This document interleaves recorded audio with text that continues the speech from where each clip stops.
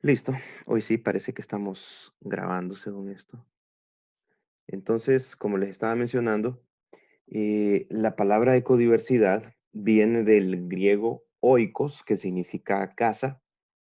Entonces, aquí lo que está tratando de decirnos este concepto es la diversidad de casas que existen en la naturaleza. De hecho, la palabra ecología significa el estudio de las casas y no nos estamos refiriendo a las casas en las que vivimos, sino que nos referimos a los diferentes ecosistemas que vienen a convertirse en las casas de diferentes especies de plantas, animales, hongos, microorganismos, etcétera. Pido por favor que silencie el micrófono una persona que lo tiene activado para que podamos continuar.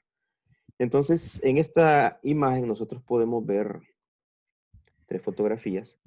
Vemos en la primera, estamos hablando de un bosque tropical muy seco. Esto es característico en Olanchito Lloro.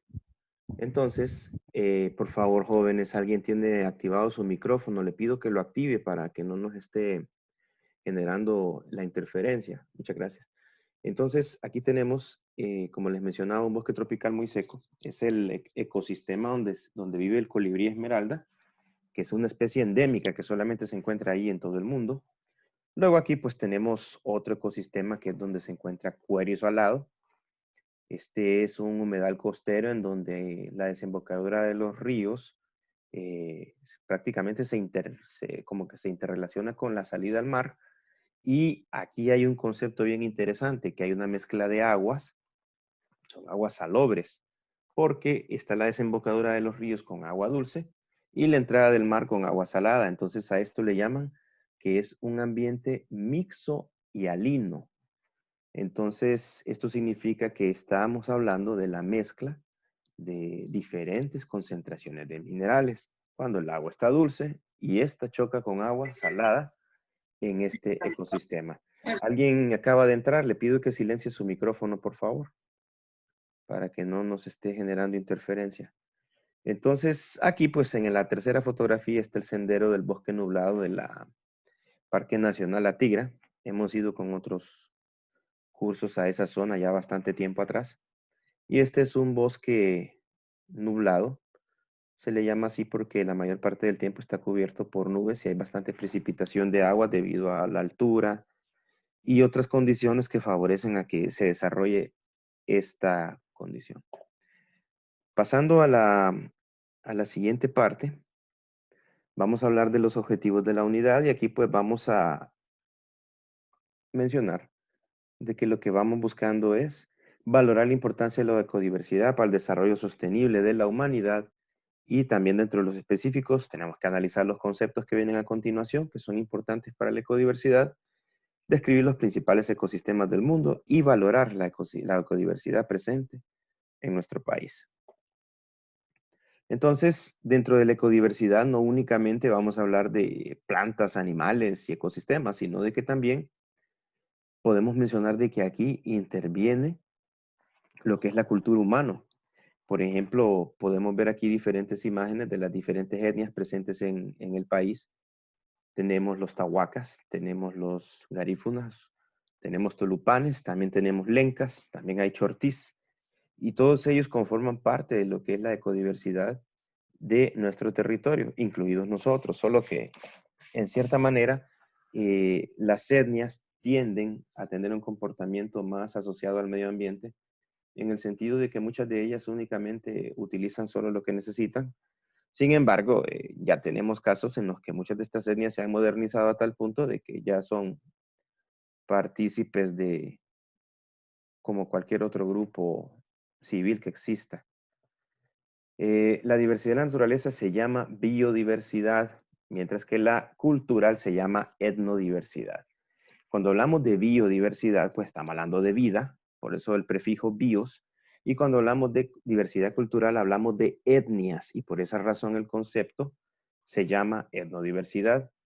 Ahora tenemos un tercer concepto llamado ecodiversidad, y esta es la evolución permanente de la naturaleza y la cultura humana que incorpora en la biosfera ajustes en respuesta a cambios ambientales, que son una valiosa colección de opciones para adaptarse a cambios locales y mundiales, y no se puede predecir qué especies y adaptaciones culturales resultarán útiles en el futuro. Aquí entra esta pregunta. ¿Por qué razón entonces es importante conservar culturas, etnias y recursos naturales? Y la respuesta es porque nunca sabemos en qué momento van a resultar útiles. Pues ellos pueden tener respuestas que nosotros pensemos que por supuestamente ser desarrollados las tenemos completamente y no es así. Ahora dice aquí lo siguiente, y esta frase es muy importante.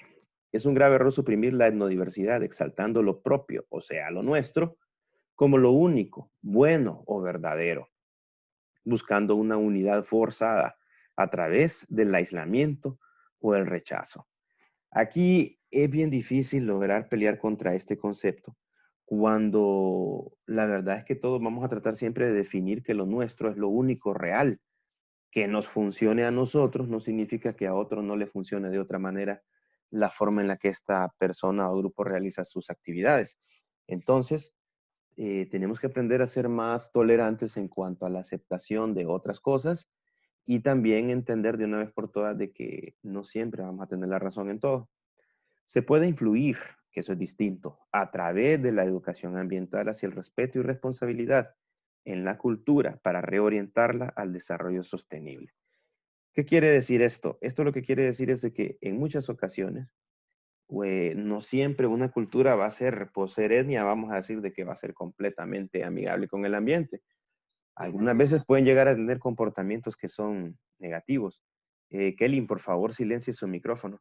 Entonces, eh, como menciona aquí, nosotros podemos influir, obviamente, con medidas integradas, orientadas al desarrollo sostenible. Pasamos a lo siguiente. Y ahora vamos a hablar de la importancia y la situación de la ecodiversidad. Dice aquí que nosotros desconocemos el número total de especies en la biosfera, pero se calcula que son aproximadamente 10 millones de especies. Aquí hay un dato bien importante, y es que las especies grandes y visibles solo representan un 5% del total del 95% restante, que este está conformado por microbios, insectos, pequeños organismos que son acuáticos, que se han clasificado solo 1.400.000 especies aproximadamente. Miren qué complicado. Ya a ratos estaban apurando con el enlace y más bien están entrando algunas personas ahorita. Entonces, con esto lo que tratamos de mencionar es de que hay dos datos bien importantes. El primero es que el 5% del total de especies son lo que con nuestros ojos podemos ver. Hay un 95% que en la mayor parte de los casos es microscópico. Y también podemos mencionar el caso de los insectos, ¿verdad? De que no es que son microscópicos, pero todavía queda mucho trabajo por hacer en cuanto al descubrimiento de estas especies. César, por favor, apague su micrófono. Luego podemos mencionar también el cálculo del cual está hablando aquí, que dice que hay un total estimado de 10 millones de especies. Y lo único que se ha estudiado es 1.400.000. Es lo único que hemos descrito y conocido actualmente. De manera que todavía quedan aproximadamente 8.600.000 especies por descubrir, lo que indica que nuestro planeta es sumamente biodiverso, es decir, que hay mucha biodiversidad. Aquí tenemos una imagen de una ballena azul que se considera el organismo más grande de la Tierra. Y aquí tenemos en la parte derecha un montón de microorganismos. A esto se le conoce como plancton. Y aquí tenemos dos tipos de plancton. El zooplancton, que lo conforman animales microscópicos, y el fitoplancton, que lo conforman las plantas. El fitoplancton es el alimento del zooplancton. La unión de los dos, del plancton animal como el plancton vegetal, conforma lo que es el plancton propiamente dicho. ¿Por qué están estas dos imágenes aquí? Están porque el organismo más grande del planeta se alimenta del organismo más pequeño que vemos en la naturaleza. Las ballenas funcionan como limpiadores de los océanos. Ellos impiden que este montón de organismos crezcan exponencialmente y más bien provoquen una afectación a la ecología. La biodiversidad tiene una distribución desigual en el planeta, perdón. Los principios básicos son que la biodiversidad es mayor en el Ecuador y en las zonas tropicales y disminuye a medida que avanza hacia los polos. Los bosques tropicales. ¿Quién tiene encendido el micrófono? Le pido por favor que lo apague. Mariela, por favor, apague el micrófono. Jóvenes, ya rato estoy repitiendo que apaguen los micrófonos, nos generan tiempo y acuérdense que se va a cortar la reunión dentro de poco tiempo. Y de ahí tenemos que volver a hacer otra. Entonces, hemos mencionado de que la biodiversidad es mayor en el Ecuador. Aquí hay una situación bien importante. Esta es la línea ecuatorial. En esta imagen la podemos ver de color rojo. La zona ecuatorial, debido a que la Tierra es redonda, es la que más incidencia de luz solar va a tener. A medida que se avanza hacia los polos, la luz solar ya no llega con la misma intensidad, sino que debido a la curvatura de la Tierra, la luz del Sol va costando más que llegue a estos puntos, de manera que estos lugares ya son más fríos. Y estas zonas frías están tanto en el polo norte como en el polo sur. Luego tenemos la zona tropical que está abajo de la zona ecuatorial. De hecho, Honduras no es propiamente tropical, sino más bien es una región subtropical. Y luego viene la zona templada. Las zonas templadas vamos a tener en el norte y también en el sur. Pero obviamente ya estamos hablando de regiones que están más alejadas de la parte ecuatorial. Y finalmente las zonas frías, también llamadas zonas polares. Hagan hincapié en eso. Recuerden que las zonas frías también son llamadas zonas polares. Entonces, ¿qué ocurre? Donde hay mayor incidencia de luz solar es en esta franja y por lo tanto, aquí, al momento de que recibimos más luz, recuérdense de que el sol es la principal fuente de energía que sirve para producir alimento a través de las plantas, que son organismos autótrofos. Un organismo autótrofo es aquel que tiene la capacidad de producir su propio alimento. Entonces, en esta zona hay mayor producción de vegetales y hay mayor biodiversidad debido a que la luz del sol está presente casi todo el tiempo. Ya en las zonas templadas tenemos esa marca de que hay 4 estaciones, que en Honduras solamente hay 2. Tenemos la estación seca y la estación lluviosa, mientras que en la zona templada tenemos otoño, invierno, verano y primavera. Y pues aquí esto está marcado porque a través del año van ocurriendo diferentes cambios y nosotros carecemos de eso. Por lo tanto, nosotros tenemos luz durante todo el año y bastante calor como para que la fauna y la flora puedan desarrollarse suficientemente bien. Y por eso se dice de que aquí es donde hay mayor biodiversidad. Miren lo que dice acá.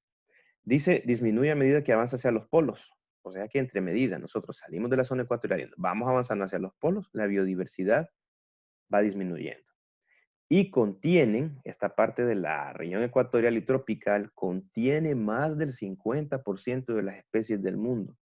Lastimosamente, si ustedes se fijan, esta franja es una franja pequeña, no es algo tan grande. Tenemos el Amazonas que sí, ¿verdad? Nos va a albergar una gran cantidad de biodiversidad. Lo mismo con África. Pero, por ejemplo, miren lo que es Norteamérica y vean también lo que es Europa y Asia. Son continentes sumamente grandes, pero están en regiones templadas. Y eso dificulta que haya mayor cantidad de biodiversidad. Número 2. Las regiones templadas contienen grandes poblaciones, pero es de un solo número o de un número pequeño de especies. Mientras que las áreas tropicales tienen mayor número de especies, pero las poblaciones son más pequeñas. Aquí tenemos el caso del búfalo americano, que cuando los, ¿cómo se dice? Los colonizadores ingleses, por no mencionarlo de otra manera, llegaron hasta estas tierras y despojaron a los indios nativos de sus territorios, empezaron también a cazar las grandes poblaciones de búfalos que habían ahí. Y esta imagen que vemos aquí a la izquierda es una gran cantidad de cráneos de búfalos, en donde vemos un hombre como se posa en la cima de esta montaña de muerte, como si fuera una gran cosa, ¿verdad? Entonces, en las regiones templadas, como menciona acá, tenemos grandes poblaciones, pero de pocas especies. Entonces, podemos encontrar poblaciones grandes de bisontes, aunque ahorita han mermado de una manera increíble debido a la mano humana, pero como se menciona aquí, eh, pueden ser poblaciones grandes, pero menor número de especies. Los ecosistemas tropicales son más diversos, con muchas especies endémicas, pero son más vulnerables ante la intervención humana. Concentran la mayoría de las especies con mayor riesgo de extinción. ¿Por qué? Son ecosistemas vulnerables debido a que con poca intervención que tenga el hombre en ellos, genera grandes daños. Entonces, aquí también habla de que hay grandes cantidades de especies endémicas. La palabra endémico significa que es una especie que ocurre en áreas restringidas en todo el mundo, por decirlo así. Nosotros tenemos para la parte de Parque Nacional La Muralla, aquí en Olancho, hay una especie endémica, dos especies endémicas, de hecho, de insectos. Hay una polilla que la descubrieron hace 2 años.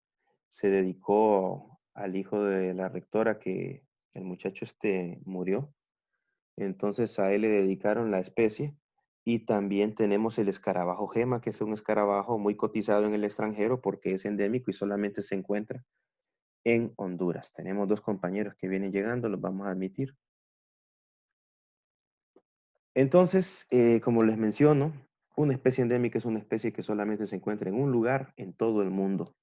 Ese es un concepto bastante a mis palabras, ¿verdad?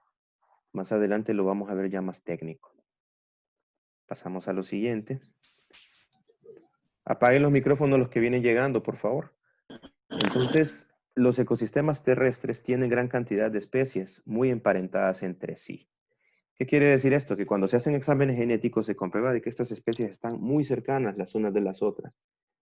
Pero en el océano ocurre lo contrario. Las especies están menos emparentadas entre ellas.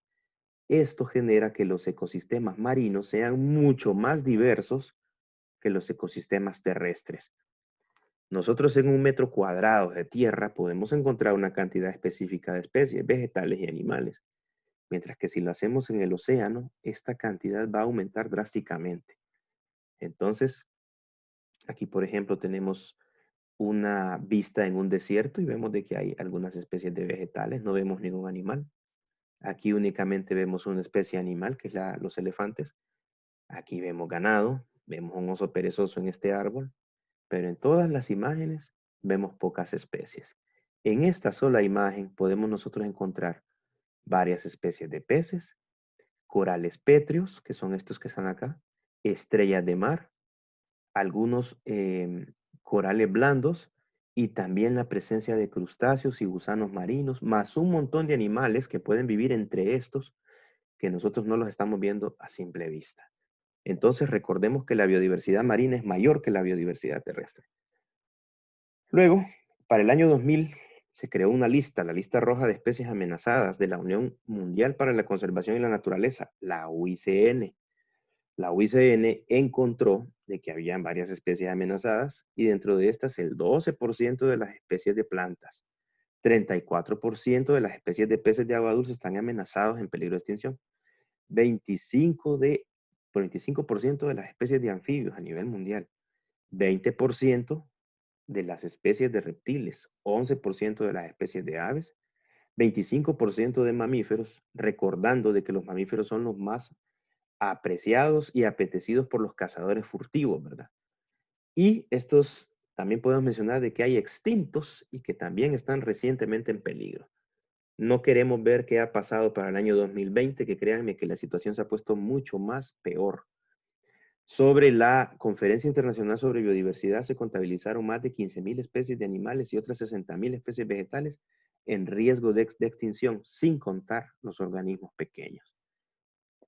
Siempre vamos a estar viendo de que toda esta clase nos va a estar generando un reloj de alerta en el que nos dice, cuidado, detengámonos, estamos generando muchos daños y cada uno de nosotros tiene que volverse un gestor de la educación ambiental y ayudar a otros a detener estos cambios tan acelerados.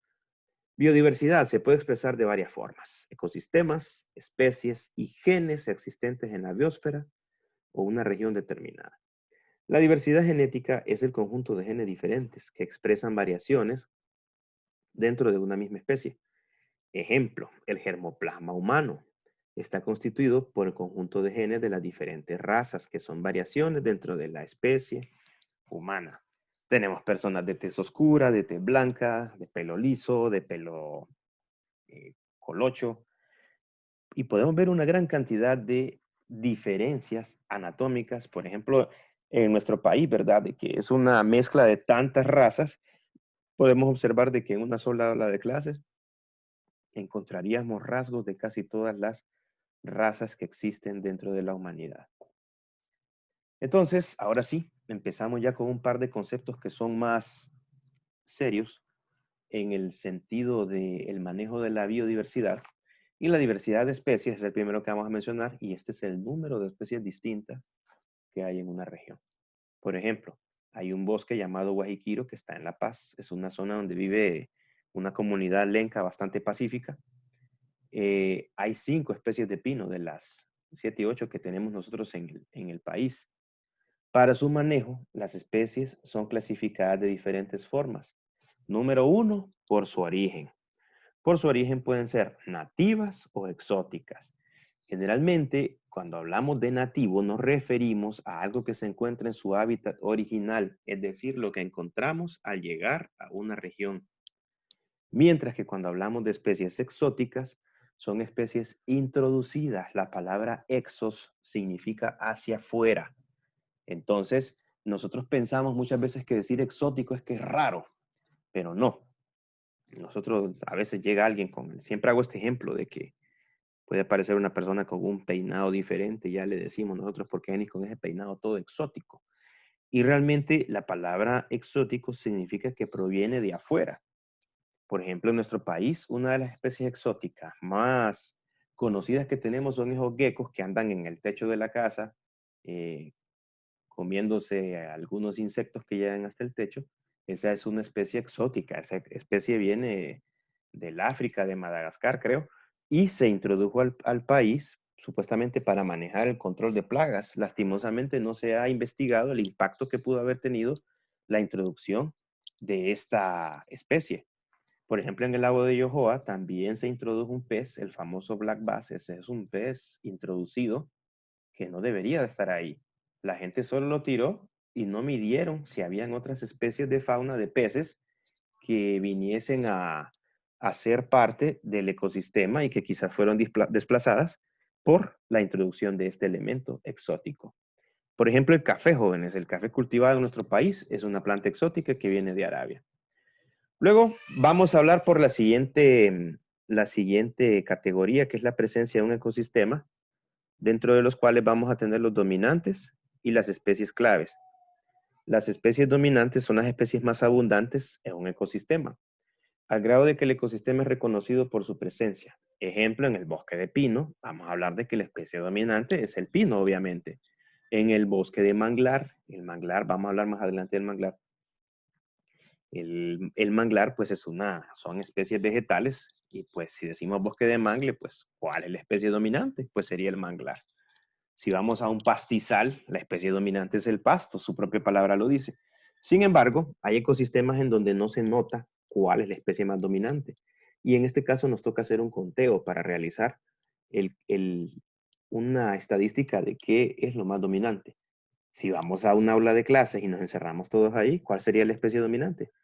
A simple vista sería la humanidad. Sin embargo, todo ese montón de microbios que andan con nosotros y que no los vemos, al final terminarían siendo la especie dominante. Entonces, aquí dice que las especies dominantes son las más abundantes de un ecosistema, al grado de que el ecosistema es reconocido por su presencia. Ejemplo, el bosque de pino, bosque de manglar. Especie clave. Dice que ya solo nos quedan 10 minutos aquí. Vamos a tratar de aprovechar el tiempo. La especie clave es una especie que su existencia es indispensable para la salud del ecosistema, al extremo de que pueda colapsar si ellas desaparecen. Ejemplo, las algas que viven en simbiosis con los arrecifes de coral y también las bacterias intestinales. Nosotros tenemos unas bacterias en nuestros intestinos que nos ayudan a digerir la comida. Si nosotros tomásemos un antibiótico suficientemente fuerte para matar estas bacterias, la primera comida que tuviéramos en nuestro estómago pasaría, como quien dice, casi sin ningún filtro y nos provocaría una gran diarrea el no tener estas bacterias en nuestros intestinos. Por eso vivimos en simbiosis con ellas. Simbiosis significa de que ambos tenemos un beneficio de que ellas existan en nosotros, así como nosotros tenerlas a ellas. Entonces, ellas se benefician en nosotros en tener alimento y vivienda, y nosotros de ellas en que nos ayudan a facilitar nuestra digestión. Otra especie clave es una especie que puede ayudar a la salud de un ecosistema, como por ejemplo el caso de los tiburones.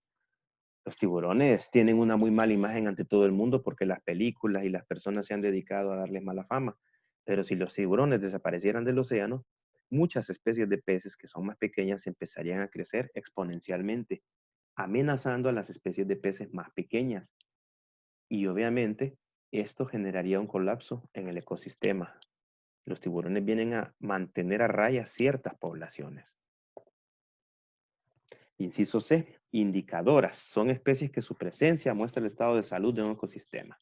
Ejemplo, el zancudo que transmite el dengue crece en aguas limpias estancadas, mientras que el que transmite la malaria crece en charcas de agua sucia, también estancadas. Entonces, hay especies que nos pueden indicar cómo se encuentra un ecosistema. Vamos a una montaña y miramos mariposas y un montón de animales que indican que el ecosistema está bien, pues nosotros podemos tener la tranquilidad de que el ecosistema está limpio. Ahora, si vamos a una casa y vemos moscas, vemos ratones, vemos cucarachas, tenemos un ejemplo claro de que esa casa obviamente no está limpia porque las especies que habitan en ellas son especies que les gusta lo sucio. Entonces, por lo tanto, serían especies indicadoras de contaminación. O sea que tenemos los dos casos. Alguien que viene entrando, apague el micrófono, por favor. Entonces, tenemos las especies indicadoras de limpieza y de suciedad. Invasoras son especies que ante cambios ambientales tienen exitosas estrategias de adaptación y rápidamente ocupan las especies de desplazamiento de otras especies. Miren, aquí está el black bass del que habíamos hablado anteriormente en el lago de Yohoa, que además de ser exótico, también es invasor. Vamos a pasar a lo siguiente. Según las presiones de una especie que una especie puede sufrir, ya sea por la presión sobre la especie o todo su hábitat, esta se puede clasificar en endémica, si es una especie que vive en un área geográfica restringida, como por ejemplo el colibrí esmeralda y la guatusa de Roatán, que solo se encuentra en Roatán, en todo el mundo esta guatusa. Rara, ojo, raro no significa extraño, sino que más bien raro significa que son especies que siempre han mantenido poblaciones pequeñas. Ejemplo, la rana de ojos rojos, el oso perezoso y el jaguarundi, que es una especie de gato de monte. Entonces nosotros a veces, para utilizar mejor este ejemplo, podemos decir, ya has visto a fulano de tal, entonces la gente dice, raras veces lo veo. Entonces lo que está tratando de decir de que no son muchas las veces en las que ocurren estos encuentros. Número 3, amenazada. Es una especie que está sometida a presiones ambientales que pueden disminuir considerablemente su población. Ejemplo, la guara roja y el venado cola blanca. La guara roja es extraída de sus nidos porque las personas quieren tener guaras en sus casas como mascotas y enseñarles a hablar y darles masita todo el día, cuando son animales que deberían de estar comiendo frutos en los árboles y realizando su trabajo en el ecosistema. Mientras que el venado cola blanca son perseguidos por su carne, ¿verdad? Y ya casi no queda ni uno en nuestro país. En peligro, especie que siempre ha mantenido poblaciones numerosas y que las presiones ambientales la han obligado a disminuir su reproducción hasta el punto de llegar a un nivel crítico para su supervivencia. Ejemplos, manatí y águila arpía para nuestro país. Vamos a parar aquí y vamos a volver a empezar la reunión y les pido a las personas que me decoran la pantalla que no vayan a hacer rayitas esta vez. Paramos y les vuelvo a enviar el enlace, por favor, ¿ok?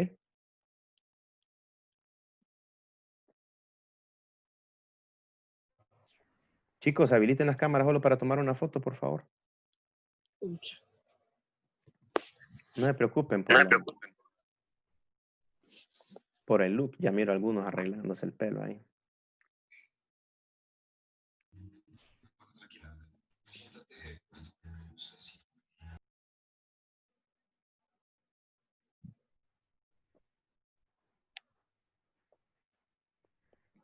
Ok, vamos a tomar una foto ahorita.